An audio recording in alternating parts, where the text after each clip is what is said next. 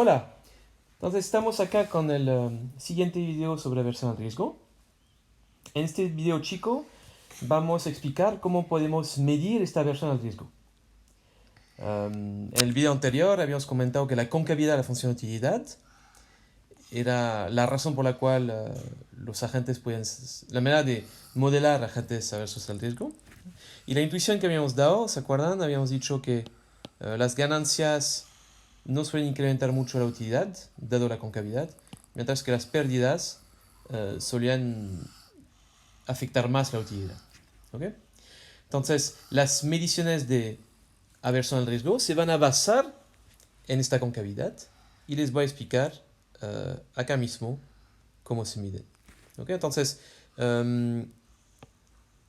hay dos coeficientes que se suelen considerar en economía, ¿no? Son coeficientes que se llaman de Arrow-Pratt. Entonces, Arrow y Pratt, que son los dos académicos que se inventaron esas mediciones. Arrow tuvo el premio Nobel en el 72. Y entonces tenemos dos mediciones que estoy llamando Rho sub A y Rho sub R, que van a ser lo que voy a llamar los coeficientes de aversión al riesgo absoluto y relativo. Antes A como absoluto, R como relativo. ¿Okay? Y les he dado acá las fórmulas. Partamos por el absoluto. Como ven, acá mismo, bueno, primero tenemos un menos acá. El menos se debe al hecho de que lo que viene después es siempre negativo, y si queremos manejar un valor positivo, agregamos el menos. Es como tomar el valor absoluto, si quieren, ¿no? Y después tenemos este ratio. Entonces, ¿qué tenemos arriba? Tenemos cómo varía acá la utilidad marginal. Efectivamente, la utilidad marginal es la pendiente de esta curva. Es decir, a medida que nos desplazamos a lo largo del eje de C, ¿no? ¿Cómo cambia la pendiente? Si cambia mucho la pendiente, bueno, vamos a tener mucha concavidad. Si cambia poco la pendiente, va a haber poca concavidad, ¿no? Entonces, arriba se hace la pregunta, ¿cuánto cambia la pendiente? ¿Ah? Y lo que estamos haciendo acá es calcular una tasa de crecimiento. Es el cambio a la pendiente relativo al nivel inicial de la pendiente. ¿Okay? Entonces, arriba es la variación de la pendiente relativa al nivel de la pendiente. Es como la manera de cómo interpretar este coeficiente. ¿Okay? Si calculamos esto, entonces lo de arriba es una derivada, la derivada de la derivada es la segunda derivada, ¿no? Partido por la primera derivada. ¿Okay? Entonces, esto sería el coeficiente absoluto de aversión al riesgo. Y después tenemos el coeficiente relativo, que va a ser una elasticidad. ¿Okay? Es decir, va a ser, si quieren, cómo varía la utilidad marginal, ¿eh? Pero esta vez en elasticidad. ¿Cuál es la elasticidad de la utilidad marginal con respecto al consumo? Entonces, el coeficiente relativo es la elasticidad de la utilidad marginal con respecto al consumo. Hay una manera de reescribir estas dos fórmulas. Entonces, ¿y cómo lo vamos a hacer? Los términos U' de C los voy a pasar arriba, y el D de C lo voy a pasar abajo. Lo mismo acá. U' de C lo voy a pasar arriba y D de C abajo. O más bien el C abajo. Si hago esto, puedo reescribir estas dos fórmulas de la siguiente manera. Antes, como ven, vamos a tener arriba cómo cambia la utilidad marginal en términos porcentuales cuando uno varía el consumo en una unidad. ¿Okay? Mientras que el coeficiente relativo es cómo cambia la utilidad marginal en términos percentuales. Pero en este caso, el consumo no varía en una unidad, sino que va a variar en 1%. ¿Okay? Entonces, en este sentido, la primera fórmula es el coeficiente absoluto de aversión al riesgo. Absoluto porque variamos el consumo en una unidad.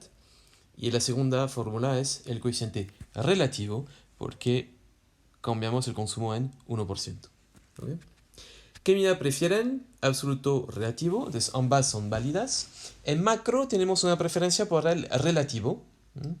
simplemente porque nos permite comparar variables a lo largo del tiempo cuando esas variables tienen tendencia.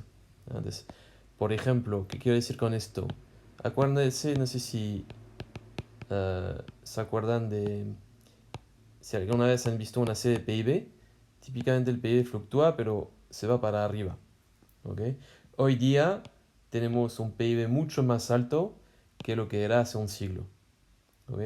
Por lo tanto, si les digo, hace un siglo atrás sube mi consumo en 1 peso, no es lo mismo que decir que sube el consumo hoy día en 1 peso.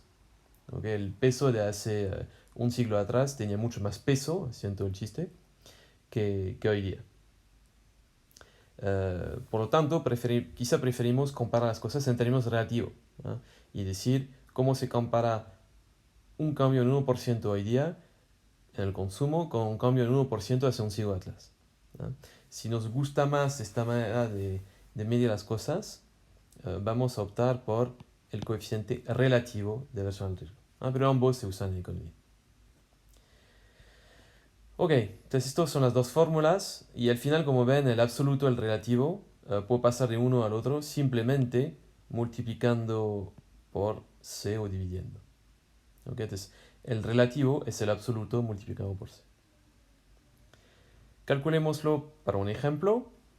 Acá tenemos la función de utilidad que habíamos usado en el ejemplo anterior cuando vimos suavizamiento del consumo.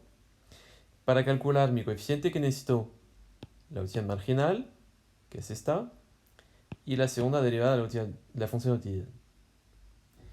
Si calculo el coeficiente relativo, obtengo este coeficiente, entonces, ρ partido por c. ¿Okay? Mientras que el absoluto va a ser nada más que ρ. ¿Okay? Entonces, como ven, tenemos un coeficiente relativo que no depende del nivel de consumo, es siempre ρ, pero el coeficiente absoluto sí va a depender del nivel de consumo y va a ser cada vez más chico a medida que el consumo sube. ¿Okay? Por esta razón, esta función de utilidad a veces se le conoce como función de utilidad CRRA, que viene del inglés por Constant Relative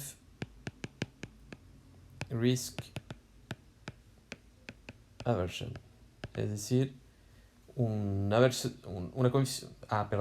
función de utilidad cuyo coeficiente de aversión al riesgo relativo es constante. Efectivamente, no depende de C, como decimos acá. ¿Okay?